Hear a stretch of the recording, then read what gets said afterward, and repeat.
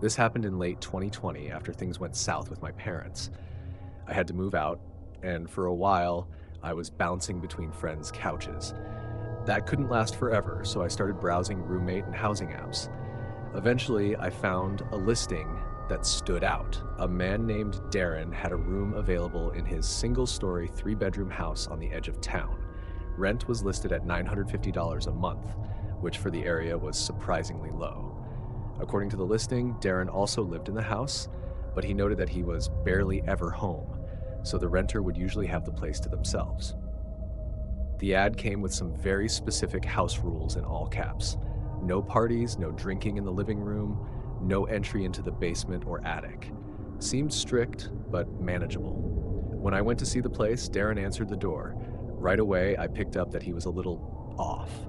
He was polite but awkward, his voice shaky and stuttering. The house itself wasn't bad. It had an open floor plan with the kitchen, dining, and living room all blending together. The bedroom for rent was decently sized and already furnished with a bed, dresser, and nightstand. He repeated the rules in person, especially about staying out of the basement and attic because they were for storage only. Honestly, I didn't think much of it. At that price, I shook his hand and agreed to move in. 2 days later, I was settled in. We never drafted an official lease. I was just paying him cash at the start of each month. At first, things seemed fine. My room had a lock on the door, and Darren even gave me a key for it, which I thought was a nice gesture. The weirdness started small. Despite him claiming he was rarely home, his car was always in the driveway when I came back from work. And late at night, I'd hear footsteps in the hall and doors opening and closing. One night, around 2 a.m., I left my room to use the bathroom and noticed the basement door cracked open. I peeked down and saw a faint light coming from somewhere out of view. Then I heard banging sounds, loud, irregular, unsettling.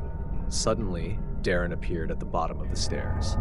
The way he looked up at me sent a chill down my spine. His face was tense, almost angry. I stammered something about just going to the bathroom and he snapped, "Shut the basement door." I did.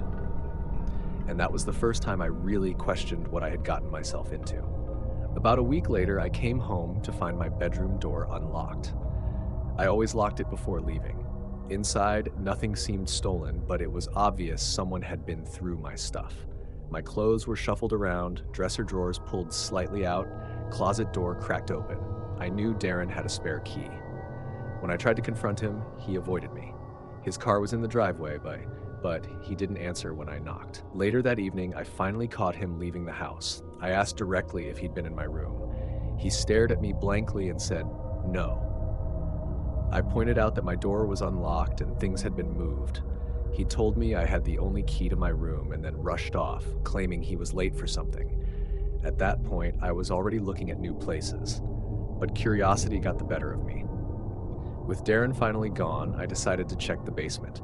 I couldn't find a light switch, so I used my phone's flashlight. The stairs creaked with every step. The basement was small, with an old couch in the middle and a tan carpet that curled up against the walls like it had been poorly installed.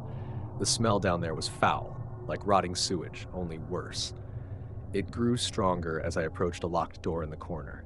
Something about that door made my skin crawl. I turned back without opening it. That night, I woke up suddenly in the dark. My alarm hadn't gone off. What woke me was the sound of the floor creaking beside my bed. I turned, and Darren was leaning over me, staring. I screamed. He put his finger to his lips and told me to shush. Then he asked, in this cold, flat voice, if I had gone into the basement. I shouted no and asked how he had gotten into my locked room. He tilted his head and asked, "Are you sure it was locked?" Then he slowly walked toward the door. Before leaving, he said, "I think you should start looking for another place." That was enough for me. I packed my things immediately. I knocked on his door and demanded part of the rent back since I'd only been there a couple weeks. After a moment, his door opened just a crack, and an arm stretched out holding a small stack of bills. I counted $350, not even half, but I didn't care. I was out of that house within the hour, slept in my car that night. The next morning, I went back to my parents' place and told them everything. We weren't on great terms before, but they were quick to let me stay after hearing what happened. If you're ever desperate enough to move in with a stranger you found online, trust your gut. If something feels wrong, it probably is.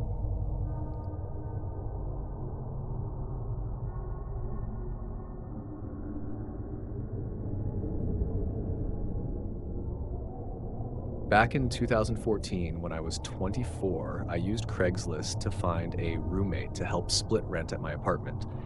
At that time, it wasn't unusual to use Craigslist for stuff like that. It was kind of the go-to place before all the more official roommate sites existed. I posted a listing with pictures of the apartment and made it clear I was hoping to find someone around my own age. After a few days, I got a response from a woman named Melissa.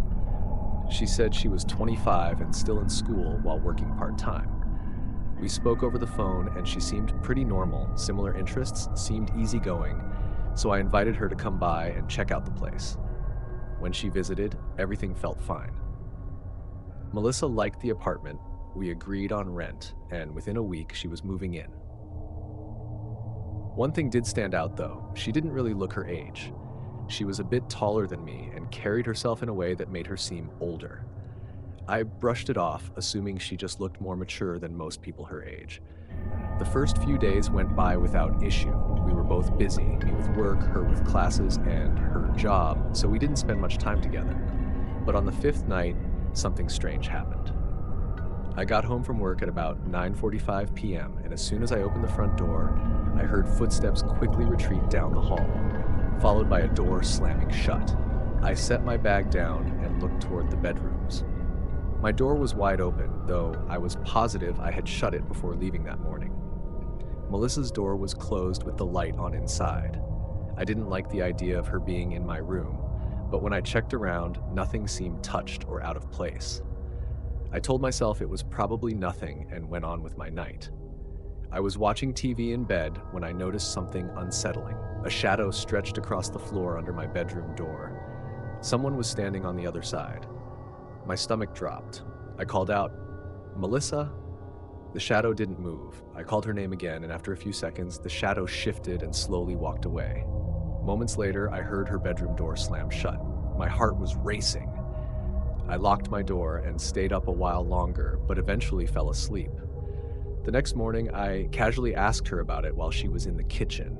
She smiled, said everything was fine, and brushed it off. I didn't push it. I didn't want to create tension so early into living together. That night, I came home around 10:15. The apartment was pitch black, even her room, so I figured she'd gone to bed. I went straight to my room and shut the door quietly. After FaceTiming a friend, I hopped in the shower. While rinsing off, I thought I heard movement outside my room. I paused, listening, but didn't hear anything else and went back to showering. When I got out, I froze. My bedroom door, the one I was sure I had shut, was wide open. Melissa's room was still dark and silent. The whole apartment felt wrong. I shut my door, locked it, and promised myself I wouldn't forget again. Later that night, after I finally fell asleep, I woke suddenly. The apartment was dead quiet, but my door was cracked open, just a few inches. My blood went cold. I had definitely locked it. Then I saw her. Melissa was standing in the corner of my room near the closet. I couldn't see her face clearly, just the outline of her body in the dark. She didn't move, didn't speak, just stared at me. My pulse was pounding when she suddenly stepped forward, then bolted straight across the room and out into the hall. A second later, her bedroom door slammed. I grabbed my phone and keys, ran out of the apartment, and drove to a nearby street before calling the police. By the time officers arrived about 20 minutes later, Melissa was gone, along with most of her things. When we tried to track her down, nothing added up. The name she gave me wasn't real. Her number was from a prepaid phone with no traceable info. It was like she never existed. Even now, over a decade later, I have no idea who she really was or what she wanted. I can only guess it wasn't anything good. I ended up moving not long after, just in case she decided to come back.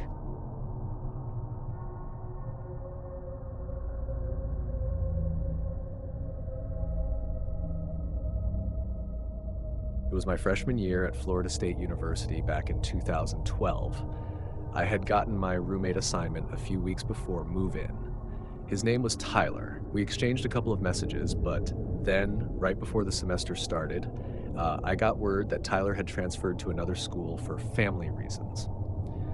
So, move-in weekend came, and while everyone else was meeting their new roommates, I was unpacking my stuff alone. My side of the dorm was decorated and ready, but the other bed sat empty. I met a few of the other guys on the floor that weekend, but I was still roommateless. Then, late Sunday night, someone walked into the hall carrying just a backpack, looking a little lost. I asked if he'd just been reassigned to the building. He said yes. I asked if he was supposed to be in my room, room 212, and he nodded.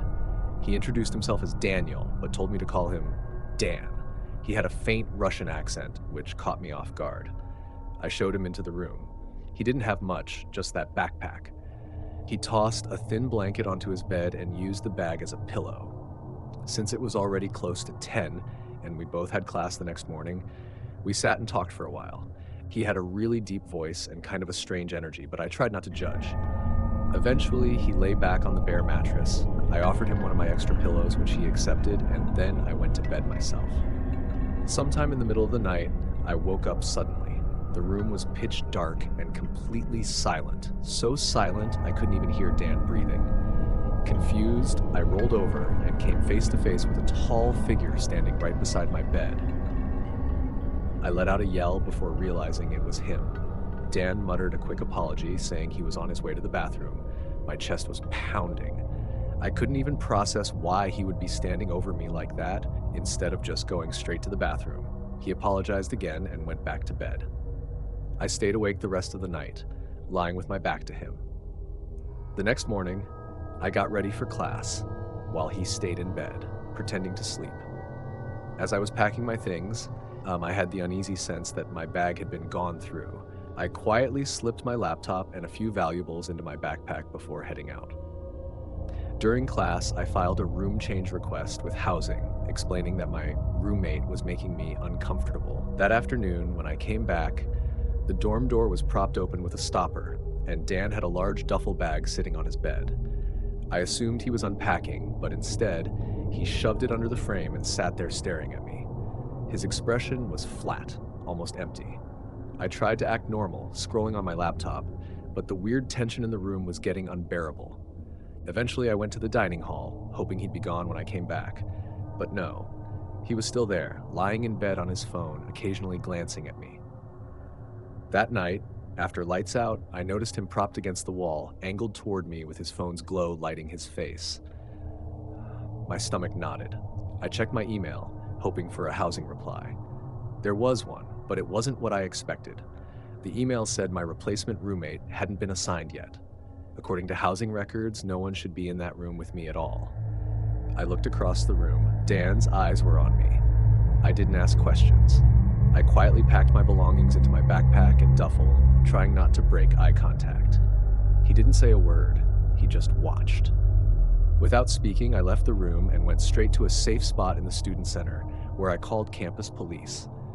By the time they got to my dorm, Dan, if that was even his real name, was gone, taking his few things with him.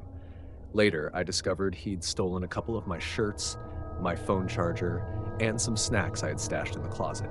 As for why he stood over me while I slept, I can only guess he was making sure I was really out before snooping through my stuff. In reality, I had shared a room with a total stranger, possibly homeless, for nearly 24 hours. My actual assigned roommate moved in 2 days later.